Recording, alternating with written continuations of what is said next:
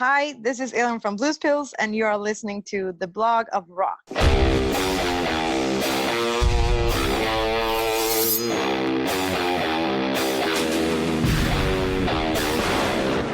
Welcome to the Blog of Rock, dem Podcast um Rockstars und ihren Geschichten.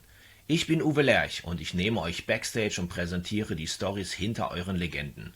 Auf, vor und hinter der Bühne. Natürlich sprechen wir über die Musik, die uns alle verbindet, aber auch über die Menschen dahinter.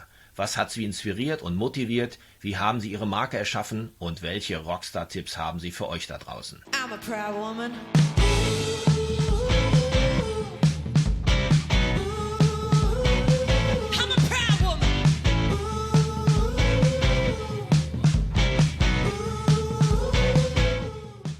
Hallo Leute, heute geht es wie angekündigt noch einmal in den skandinavischen Sommer, wo am Ende der Strippe Elin Larsson von den Blues Pills auf uns wartet.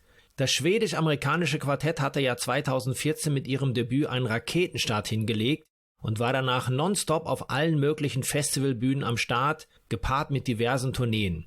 Ihr zweites Album Lady in Gold platzierte sich sogar auf Platz 1 der deutschen Albumcharts und machte die Band zum HotShot der Retro-Welle. Weitere Tourneen und Shows rund um den Erdball führten allerdings dazu, dass die Blues Pills einfach eine längere Pause brauchten, bis sie Anfang März mit Proud Woman ein erstes Lebenszeichen von sich gaben. Dazu gab es noch einen Wechsel in der Mannschaft, aber lassen wir die Chefin doch einfach mal selbst über das brandneue Album Holy Moly sprechen. Good day, Elin. Thank you for taking the time to talk about the new album. It seems it was ages ago that we've met last time, and a lot of things happened, especially you took a long break in between. So what happened? Oh, yeah, a lot of stuff happened. I don't know where to start. I mean, we released Lady in Gold 2016, and then we toured up until 2018. And then Dorian quit the band. He wanted to focus on his solo career. And we took a break for a year. Doing other stuff. I actually studied music at the music school or university, and Zach, I think he was recording other artists. I did some choir stuff, and we needed a break from Blues Pills to get, our batteries charged. And in 2019, me, Zach, and Andre, we met up in our studio that we built, which is located outside of Örebro on the countryside. And then we started with, starting to write and record for our new record, Holy Moly. So that's what we've been up to. Was it difficult for Zach to focus now on 6 strings despite of 4 strings he used to do before? Yeah, no, not much of like the songwriting stuff has changed because me and Zach, we always wrote the songs. But he never been a lead guitar player. So he actually sort of, learned for this record or like during the recordings of the record to play solo. So I think that's pretty impressive when you hear the record because it sounds awesome. So I don't think, songwriting wise, it didn't change much, but yeah, it's gonna be interesting to see when we start playing live how it's gonna turn out. But I think he's doing a good job. I think it sounds way more raw when he plays.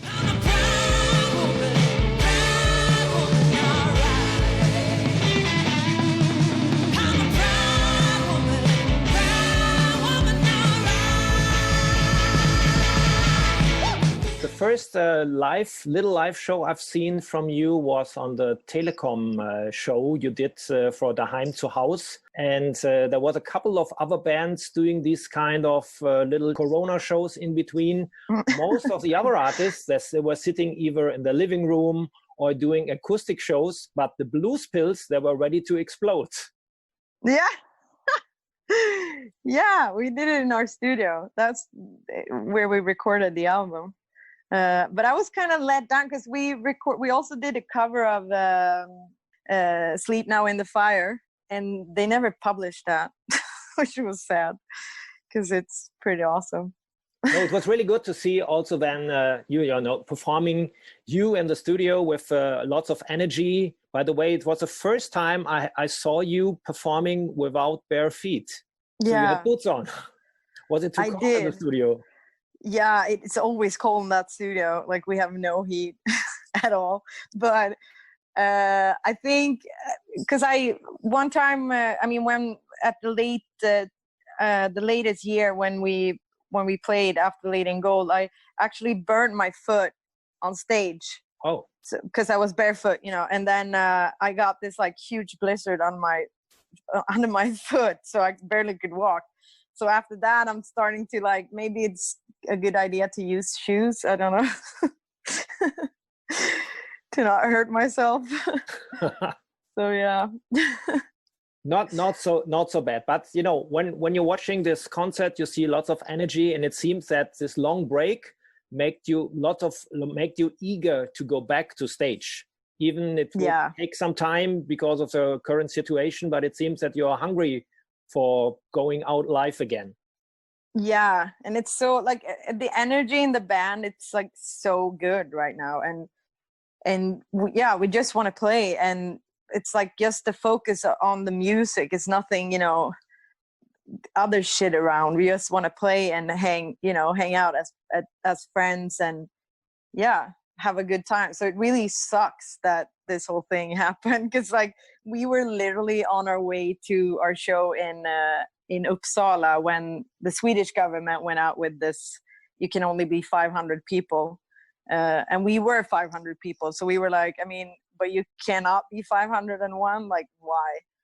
So we postponed that show just because we were, getting scared. And it is a downer, this whole pandemic. That's right. You also delayed the release of the record, but it will be out now in a few days. Yes. Finally. Finally.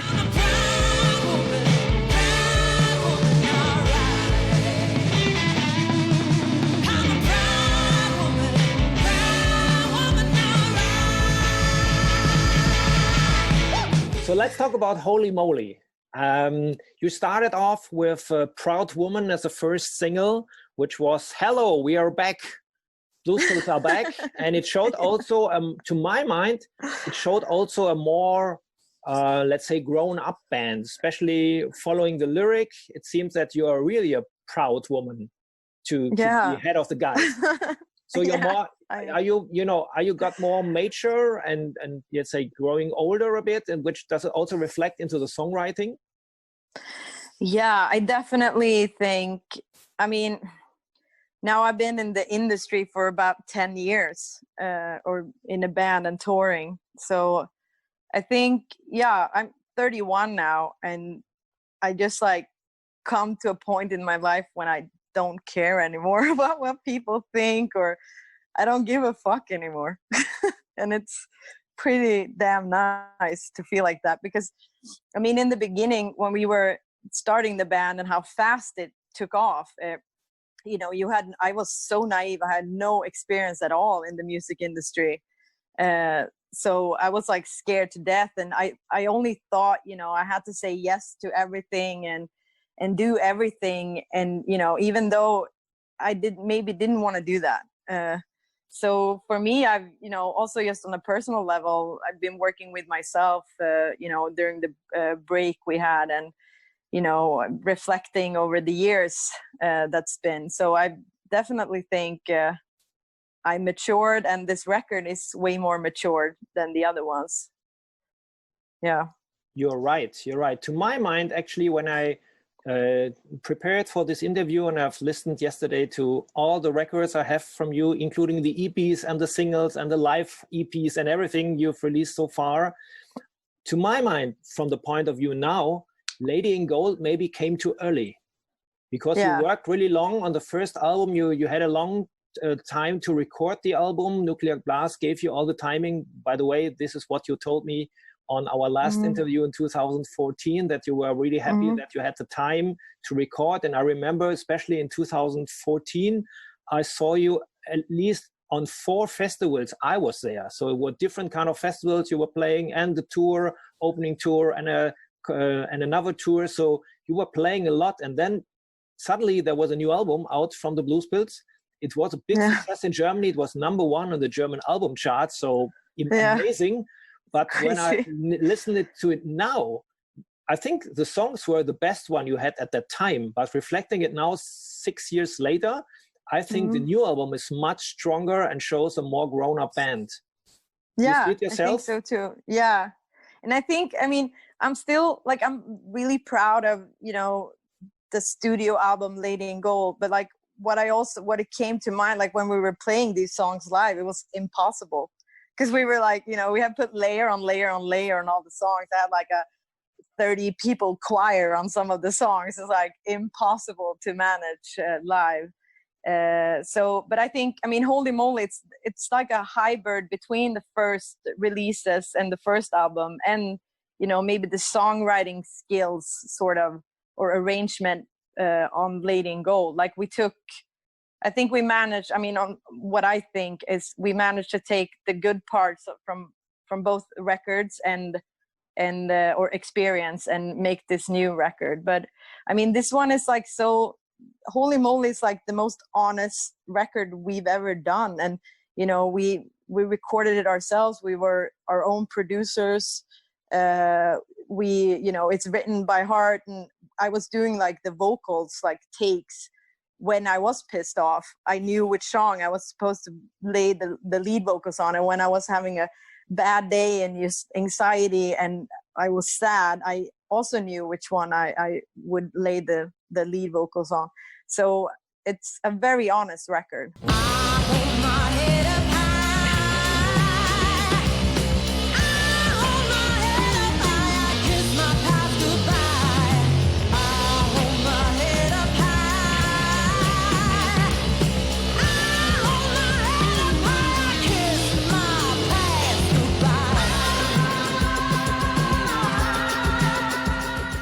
So Kiss My Past Goodbye is another new track from the album. There's also a video. So you go up to a new stage in your life, also as a musician and as a person? Yeah, I mean, this one, like, it's definite. I like how it sounds, you know, like I Kiss My Past Goodbye and so on. And you could probably expect that. But the thing was with this track, it was like the last track I finished the lyrics for. So during a longer period of time, I was singing Kiss My Ass Goodbye, then Kiss My Past Goodbye. And then I changed it because I was like, maybe I need to change this part. So it kind of, this song is like, it's more about the groove. And I think like the guitar riff, it's like a groovy song. And I felt like I don't need so deep vocals for this song because it's a good rock and roll song. But you could probably, I mean, it's probably somewhere in the back of my head, you know, I always do that stuff that I don't think about. You do not address the song to somebody, especially No. not to your boyfriend, because I've seen that you're not only a proud woman, but also a married woman. Yes, I am. So yeah, congratulations. You recently, I saw the pictures. Yeah, thank you. Yeah, it was the best day of my life, for sure. Yeah, crazy. I never thought I'd get married, but I did. It happens from time to time, yeah. But yeah. You had no big party with lots of people, I suppose. No. We're gonna have a big party next year. And because we're not, I mean, I'm not like that I need this, like, you know, huge wedding to, it's like, it's not about that. It's about that we want to marry each other for love. And we were thinking next year we're going to put some, because we both know so many bands and musicians, that we will have maybe like a sort of festival, and then we invite all people we know and just, you know, have a good time and watch live music and enjoy the day. So, because I think it's a bit of a drag sitting on those like long dinners and just, you know.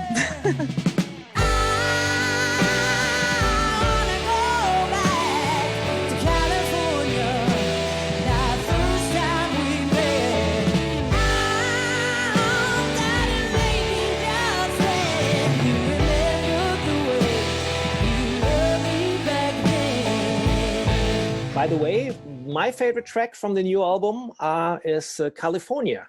Okay. It's a very bluesy ballad kind of song. And in this song, you're telling that you want to go back to California And by that I reflected, the Blues Pills originally started in the States, which you always forget. In of California. Course, you're a Swedish band, but you started in the States. So is it a kind of a dream to go back one day, leaving Sweden?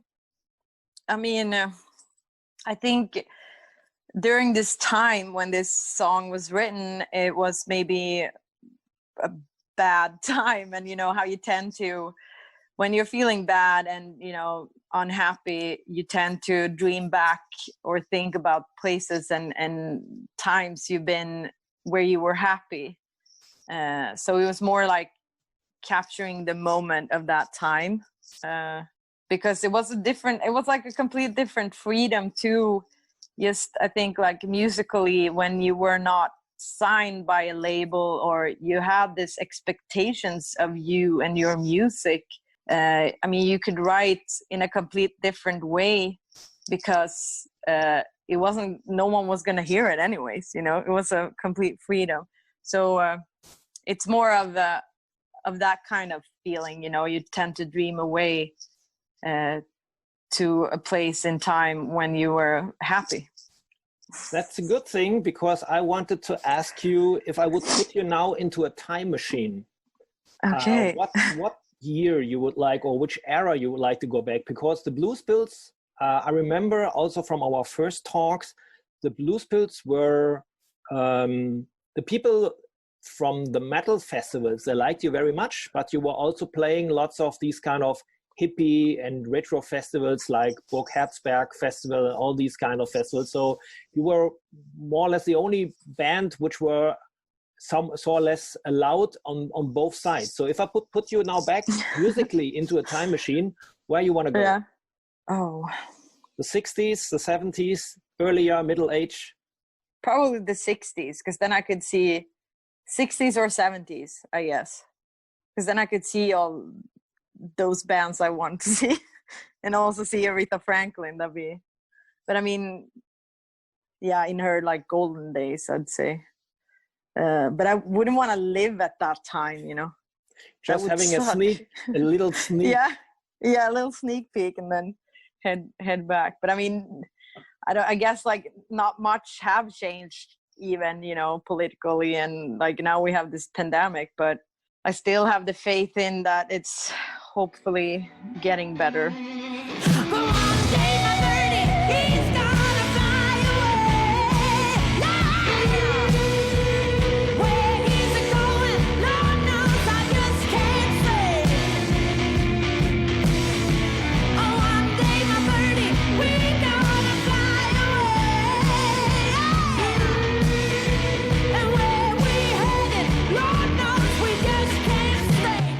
So maybe at that time you would have met Peter Green, who sadly just left us.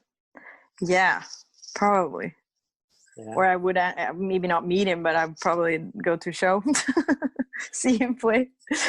That's kind of sad. You just posted it also today that unfortunately he died a couple of days ago, and you know, Fleetwood Mac started off as a British raw blues band. Also, some people forgot when they're listening to the later tracks.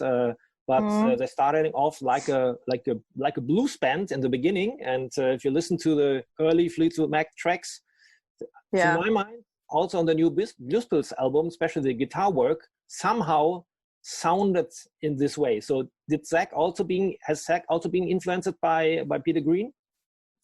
Yeah, I mean Peter Green is like one of his idols, and Peter Green's Fleetwood Mac.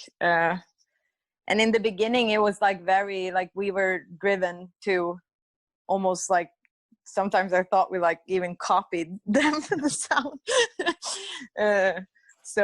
Yeah, it's a sad thing, but I mean, his music and his guitar playing will always live forever. And the whole situation, it was so sad that he, you know, got sick and mentally ill. And I thought it was something with drugs involved. I don't really know in detail how the story was, but that he lost his mind after doing a bunch of drugs. And no, it's sad. It's really sad. And when I think about all those, you know, awesome musicians that went that way, it's like so sad because it's such a waste, because they could have done so many more records and, played and be happy with it. But yeah.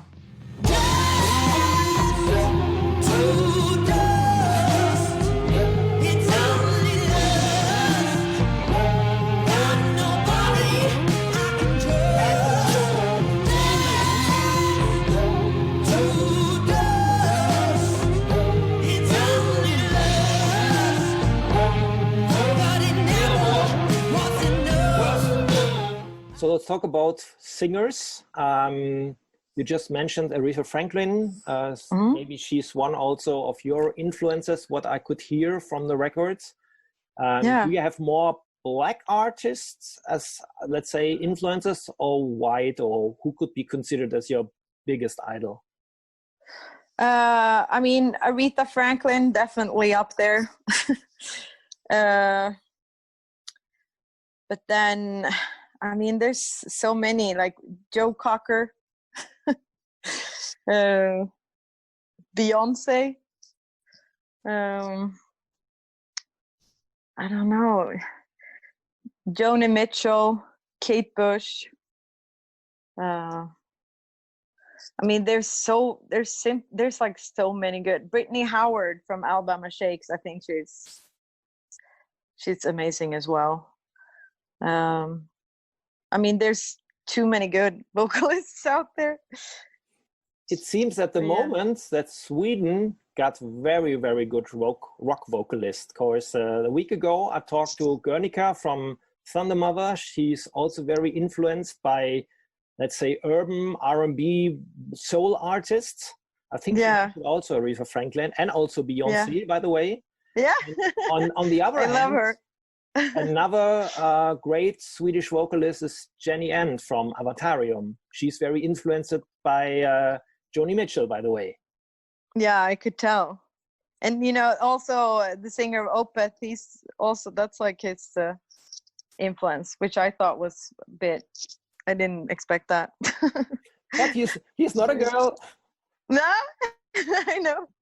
No, but it was just, because I remember I met him at a festival, and then I was carrying, because we had been on tour and we were going to change the bus to a van and head back to Sweden, and we played one festival, and then I carried out all my vinyls that I bought during the tour, and then I had one of the Joni Mitchell albums in my hand, and he was like stopping me. It's like, that's like my favorite record with her. She's like a big inspiration. Then I was like, oh wow, that's so cool. Yeah. Nice. So what are the future plans for the Blue Spills after releasing the album? Can you make plans already? I mean, we had a plan going on tour in the fall, but I'm pretty sure, I wouldn't bet my money on that tour.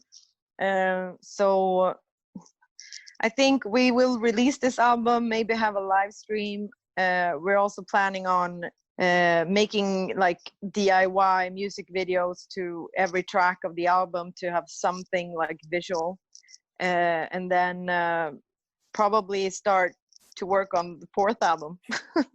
But I just want to have this released, and that I manage, or like that I can feel that I've done everything for this album that I possibly can in this sort of situation, and then we start with the fourth one.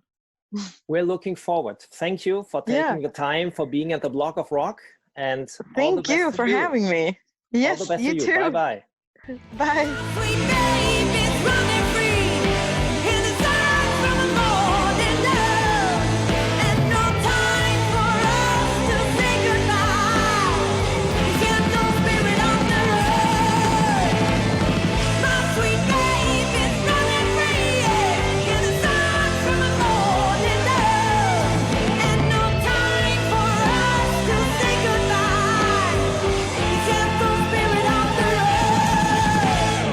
Drücken wir uns doch alle die Daumen, dass wir die Blues Pills mit diesem Album so schnell wie möglich wieder auf Tour sehen können, auch wenn es wahrscheinlich erst 2021 sein wird. Wenn euch diese Episode gefallen hat, abonniert doch gerne meine Stories um Rockstars und ihre Geschichten beim Podcast-Dealer eures Vertrauens, damit ihr auch die nächste Episode nicht verpasst. Folgt mir doch auch bei Facebook und Instagram, Da findet ihr mich unter The Blog of Rock und dort bekommt ihr weitere Fotos und Videos zu den Episoden. Alles klar? Dann hören wir uns ja wieder beim nächsten Mal. Wir bleiben gleich in Schweden und treffen nächste Woche Marcus Jedell von Avatarium. Bis dann, keep on rockin'!